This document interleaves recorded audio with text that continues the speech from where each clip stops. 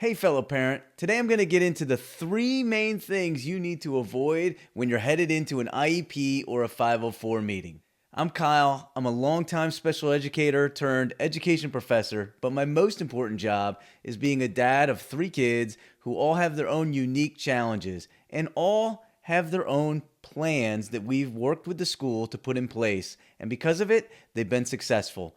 And that's why I share these things with you on this channel. So a 504 or an IEP meeting can be an event. If you've never been to one before, they can be extremely intimidating and you've got people looking at you and wanting to know your opinion. In many cases, you might not know what ideas you need to share, and it's understandable. When my son was diagnosed with type 1 diabetes, it was my wife's first opportunity to attend a 504 meeting. I'd spent years working on IEPs and 504s and even facilitating meetings. So I prepped her a little bit.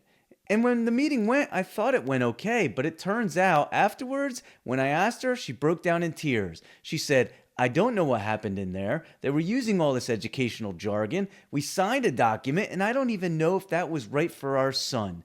It was at that moment when I realized that if my wife would struggle in one of those formalized meetings, then any parent was going to. She's the brains of our operation.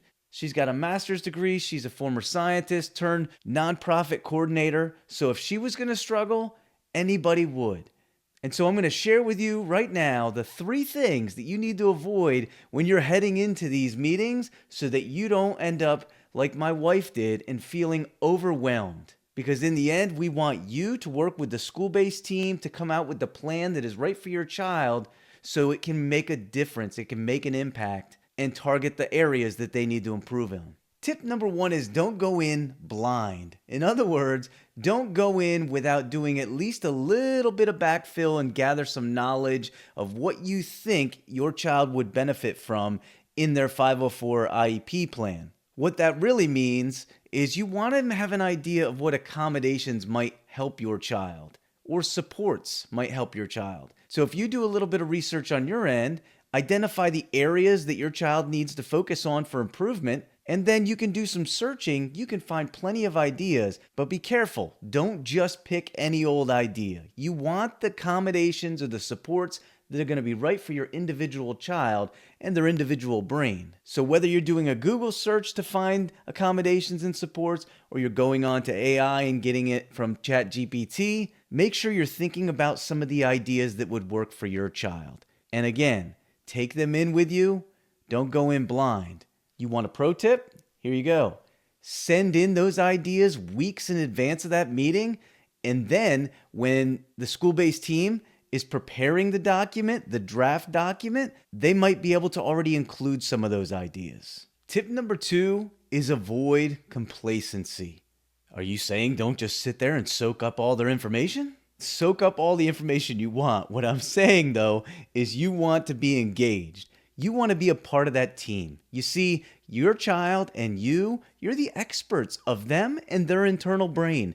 So you'll have a better idea of what works for your child, not just in school with some ideas, but what you've seen outside of school, in home, in the community, extracurricular activities. So feel free to share that with the team. A lot of what I do when I work with educators is talk about the importance of them bringing you into the team, making you feel comfortable in that environment so that you're willing to engage. But understand this, if the IEP or 504 team aren't doing their part to make you feel comfortable, you still need to realize you have every right to stay engaged. Don't just sit and listen, sign the paper, and go. You want to be a part of that team. You deserve to be a part of that team. And when your child's old enough that they can participate, they absolutely should. Tip three is don't go in too hot. In other words, don't get yourself all revved up and frustrated, which can be challenging. I just had a parent tell me last week, walking into an IEP meeting for her, felt like she was in a courtroom and all the eyes were on her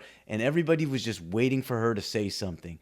And it made her feel frustrated. So whether you're stepping into that situation, worrying about whether the team's going to work with you or not, or whether maybe things are said in there and it escalates you a little bit, try to stay regulated. In other words, try to keep your wits about you so you don't get too hot. Because we want to make sure the best we can that the parents and the school-based team are working together collaboratively. Unfortunately, what happens sometimes is parents come in and they make demand after demand, and they say this needs to happen and this needs to happen. And if the requests just aren't that reasonable, or it's over the top, or maybe the demands are too aggressive, that school-based team may feel threatened, which can make the relationship you have on your team, the 504 IEP team, feel awkward.